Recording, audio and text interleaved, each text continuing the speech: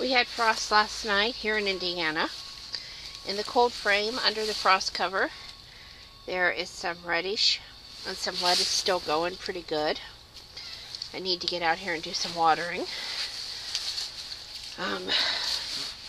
Let's see over here. We still have some tomatoes under here too, doing pretty good. That one has a little tomato on it. This is November in Indiana. And again, we are inside of the cold frame. Stepping outside. This is some of our yard. Looks like the chickens are out this morning. Don't know how well you can see them, but there they are. Chick, chick, chick, chick, chick, chick, chick, chick, chick. Here comes some of them. Over there in the bird garden.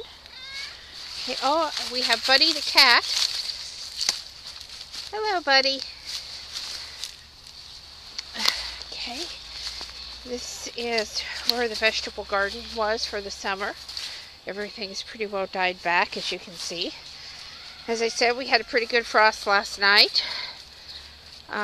You can see here in this bed that pretty much everything was bitten by the frost. So we have another gardening season over. A lot of the fruit trees still have their leaves. So we'll walk up this way. And this is the herb garden that I'm in the process of moving. There's some lemon balm and an echinacea there. There's some tansy back here that's pretty well frostbitten.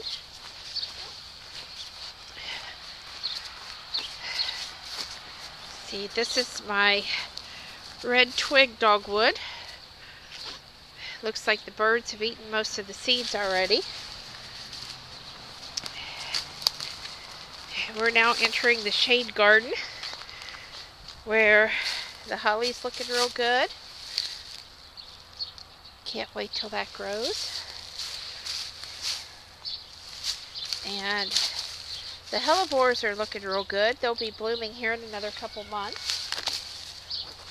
Maybe even as soon as next month, which is December.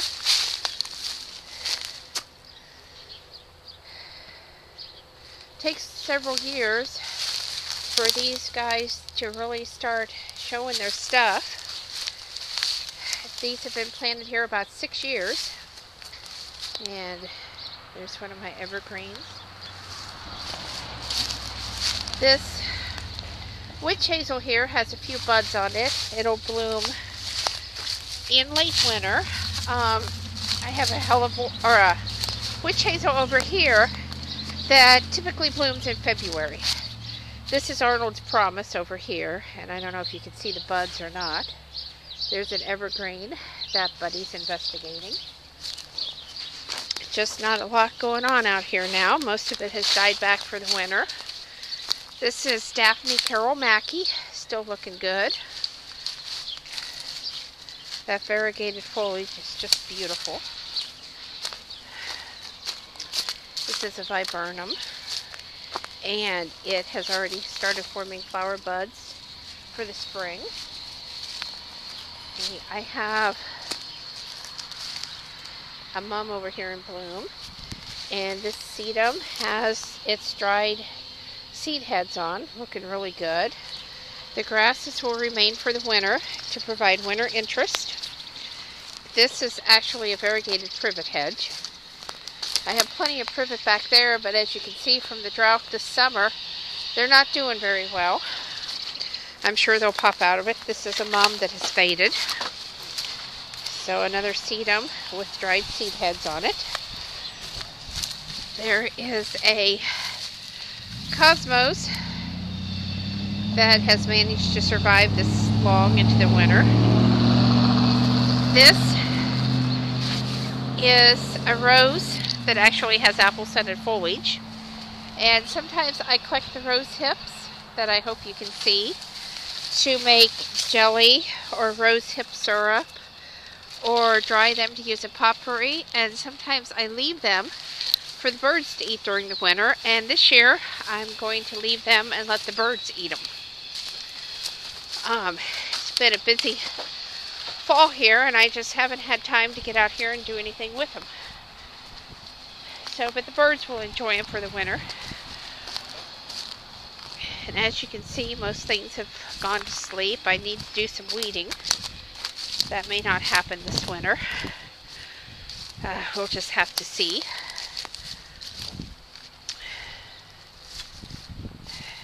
It was really dry, so this is my magnolia that has rose-shaped flowers on it, and I can't think offhand what the name of it is, but it came from Song Sparrow Nursery.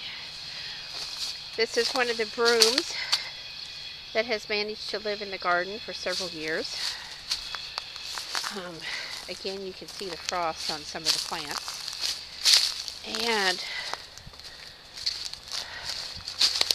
last but not least, over here, oh yes, we have the yuccas that will remain evergreen all winter.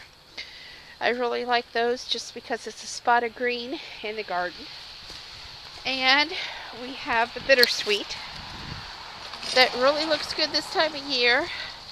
And these berries persist into winter, making a really nice orange spot of interest in the garden, especially when there's snow on the ground and not a lot of color. There is my black bamboo looking really good. I just planted that this past year, so I'm glad to see it's doing good even with the drought. And the autumn clematis is also still green, even though the flowers have faded. And I still see flowers back here on the Joe Pye weed. And there is my oak leaf hydrangea in there. And that's it for November 1st in the Indiana garden.